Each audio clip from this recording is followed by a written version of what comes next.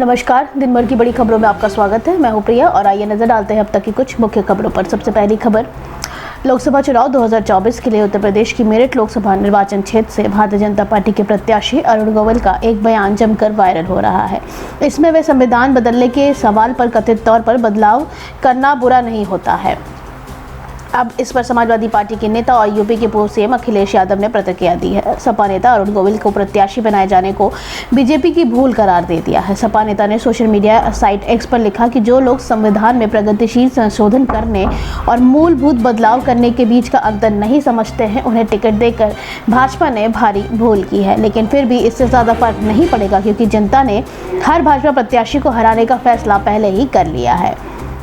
उन्होंने लिखा, दरअसल भाजपा संविधान को पलटकर गरीबों, वंचितों, शोषितों, किसानों, युवाओं और महिलाओं के हक, अधिकार व आरक्षण को मारकर और पूंजीपतियों के हक में नीति योजना बनाकर सारा फायदा मुनाफा अपने खेमे को पहुंचाना चाहती है, जो चुनावी चंदे के नाम पर अपना बेशुमार फायदे का हिस्सा भाजपाइयों को दे देते हैं। सही मायनों में ये जनता से वसूली तरीका है, क्योंकि कोई भी पूंजीपति अपनी जेब से नहीं देता, वह तो जनता से ही वसूल कर भाजपाइयों के दल और उसका व्यक्तिगत खजाना भरता है।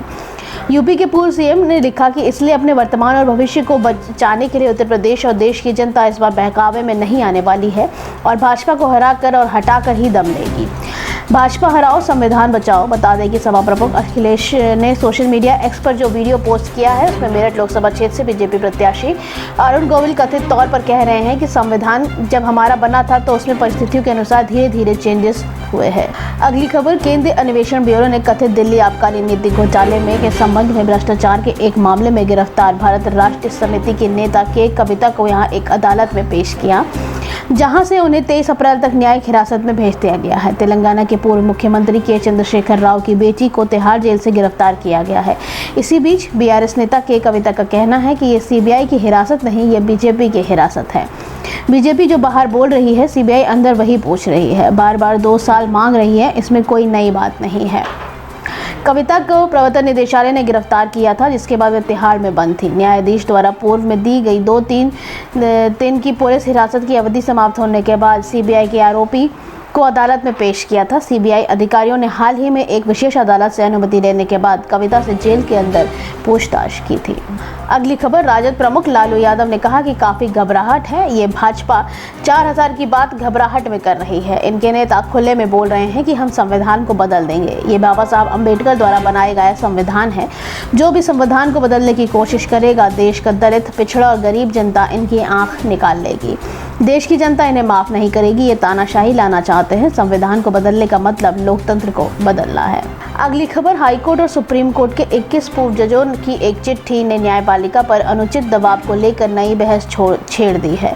दरअसल इन पूर्व जजों में सुप्रीम कोर्ट के चीफ जस्टिस डीवाई चंद्रचूड़ को एक लेटर लिखकर न्यायपालिका पर बढ़ते दबाव को लेकर चिंता बताई है। इस लेटर में न्यायपालिका पर अनुचित दबाव का भी जिक्र किया गया है। चिट्ठी लिखने वाले जजों का कहना है कि मौजूदा स्थिति से न्यायपालिका को बचाने की जरूरत है। जजों ने कुछ लोगों पर सवाल उठाते हुए कहा है कि राजनीतिक हितों और निजी लाभ से प्रेरित कुछ तत्व हमारी न्यायिक प्रणाली में जनता के विश्वास को कम कर रहे हैं। उन्होंने कहा कि इस तरह की गतिविधियों से न सिर्फ न्यायपालिका को शुचिता का असम्मान हो रहा है, बल्कि जजों के निष्पक्षता पर भी सवाल उठने लगते हैं। ऐसे लोग जो तरीके अपनाकर वे काफ़ी परेशान करने वाले हैं। ये लोग न्यायपालिका की इमेज को खराब करने के लिए अपने हिसाब से मनगढ़ंत कहानी रचकर फैसलों को प्रभावित करने का प्रयास करते हैं। इन पूर्व जजों का कहना है कि अधिकतर ऐसे मामले उनमें आते हैं जो सामाजिक, आर्थिक और राजनीतिक महत्व वाले होते हैं। ऐसे में हम सुप्रीम कोर्ट की अगुवाई में न्यायपालिका से आग्रह करते हैं कि वे इस तरह के दबाव को खत्म करें या सुनिश्चित करें कि हमारी कानूनी प्रणाली की शुचिता और स्वयंता सुरक्षित रहे। अगली खबर, उत्तर प्रदेश में मुजफ्फरनगर जिले में जानसाठ थाना क्षेत्र में रविवार को 2 मंजिला मकान का लेंटर गिरने से बड़ा हादसा हो गया।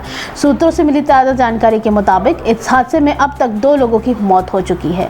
मेरठ जोन के एडीसी ध्रुवकांत ठाकुर ने बताया कि मलबे से अब तक 18 मजदूरों को बाहर निकाला जा चुका है, जिसमें से 2 की मौत हुई है और एक व्यक्ति काफी गंभीर स्थिति में है। यहाँ 1 और 2 लोगों के फंसे होने की आशंका जताई जा रही है। फायर सर्विस, स्थानीय पुलिस और प्रशासन के लोग बीच अभियान में जुटे हैं। उत्तर प्रदेश में मुजफ्फरनगर जिले में जानसाठ थाना क्षेत्र में रविवार को 2 मंजिला मकान का लेंटर गिरने से बड़ा हादसा हो गया था। सूत्रों से मिली ताजा जानकारी के मुताबिक इस हादसे में अब तक 2 लोगों की मौत हो चुकी है। फायर सर्विस, स्थानीय पुलिस और प्रशासन के लोग बचाव अभियान में जुटे हैं। सूत्रों ने बताया है कि मवाना के मुरसलिन ने ग्राउंड फ्लोर और पहली मंजिल पर 6 दुकानें बनाई गई थी। हाईवे की ऊंचाई अधिक होने के कारण दुकानों का लेंटर उभरवाने का काम किया जा रहा था। रविवार शाम करीब 5 बजे कार के दौरान लेंटर गिर गया, जिसकी आवाज दूर तक पहुंची और हड़कंप मच गया। घटना के तुरंत बाद ही राहत एवं बचाव कार्य शुरू कर दिया गया था। मामले की जानकारी मिलते ही पुलिस की प्रशासन ने अधिकारी तुरंत घटनास्थल पर पहुंच गए थे। वहीं जिलाधिकारी अरविंद मल्लप्पा बागरी और एसएसपी अभिषेक सिंह भी कुछ समय बाद मौके पर पहुंच गए थे। अगली खबर, लोक जनशक्ति पार्टी के राष्ट्रीय अध्यक्ष चिराग पासवान ने रोहिणी आचार्य के उस बयान पर पलटवार किया है जिसमें रोहिणी ने कहा था कि पापा की तबीयत खराब है, ये लोग पहले हमसे लड़ लें। चिराग पासवान ने कहा कि 4 जून को देख लेंगे। चिराग पासवान ने पटना की मीडिया से बातचीत के दौरान प्रधानमंत्री नरेंद्र मोदी पर अपमानजनक टिप्पणी करने वाले दलों पर भी जमकर निशाना साधा। उन्होंने बिना किसी का नाम लिए कहा कि ये लोग जितना प्रधानमंत्री मोदी के बारे में अपमानजनक भाषा का उपयोग करेंगे, एनडीए को राजनीतिक मोर्चा उतना ही फायदा होगा। आज तक इन लोगों ने जितना ज्यादा प्रधानमंत्री को गलत ठहराने का प्रयास किया है, एनडीए को उतना ही फायदा पहुंचा है। चिराग से पूछा गया कि विपक्षी दल लगातार कह रहे हैं कि केंद्र की मोदी सरकार सत्ता के लिए लगातार ईडी और सीबीआई का बेजा इस्तेमाल कर रही है। इस पर उन्होंने कहा कि ये बातें तो ये लोग आज से नहीं बल्कि साल 2014 से करते हुए आ रहे हैं, लेकिन इसमें फायदा क्या हुआ, हम सब वाकिफ हैं। प्रधानमंत्री मोदी को मिलने वाले जन समर्थन लगातार बढ़ता जा रहा है। चिराग पासवान ने सीएम केजरीवाल पर भी निशाना साधा। उन्होंने कहा कि पहले केजरीवाल इन लोगों के नाम की पर्ची लेकर घूमते थे और इन्हें भ्रष्टाचारते थे, लेकिन आज यही लोग इंडी गठबंधन के नाम से एकजुट हो चुके हैं और खुद को भ्रष्टाचार के खिलाफ बताते हैं। देश की जनता इन्हें नकार चुकी है और आगे भी नकारेगी। वहीं रोहिणी आचार्य के इस जवाब पर कि पहले हमारे भाई बहन से निपट ले, फिर हमारे माता पिता के पास आए, उस पर चिराग का कहना है कि अरे अभी दिन ही कितने बचे हैं, 4 जून को देख लेंगे। आखिरी खबर, तमिलनाडु के नीलगिरी में चुनाव आयोग के अधिकारियों ने कांग्रेस सांसद राहुल गांधी के हेलीकॉप्टर की तलाशी ली है। पुलिस ने बताया कि हेलीकॉप्टर के यहां उतरने के बाद उड़न दस्ते के अधिकारियों ने तलाशी ली है। राहुल अपने संसदीय क्षेत्र वायनाड के रोड शो जा रहे थे, जहां से सार्वजनिक रैली सहित कई चुनावी अभियान का हिस्सा लेने वाले हैं।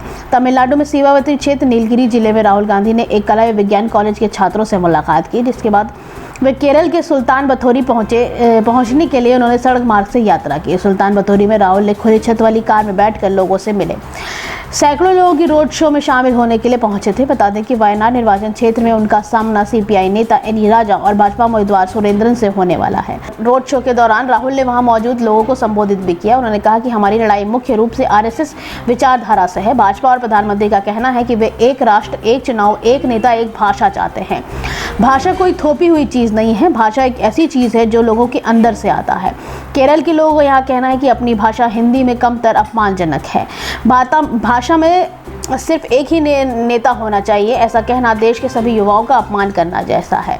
वायनाड दौरे पर कांग्रेस सांसद ने मंतवाड़ी बिशप से भी मुलाकात की संभावना है। शाम को कांग्रेस नेता कोजीजोर जिले की रैली को संबोधित करेंगे। बता दें कि लोकसभा चुनाव की तारीखों का ऐलान के बाद वायनाड में राहुल गांधी की दूसरी रैली है।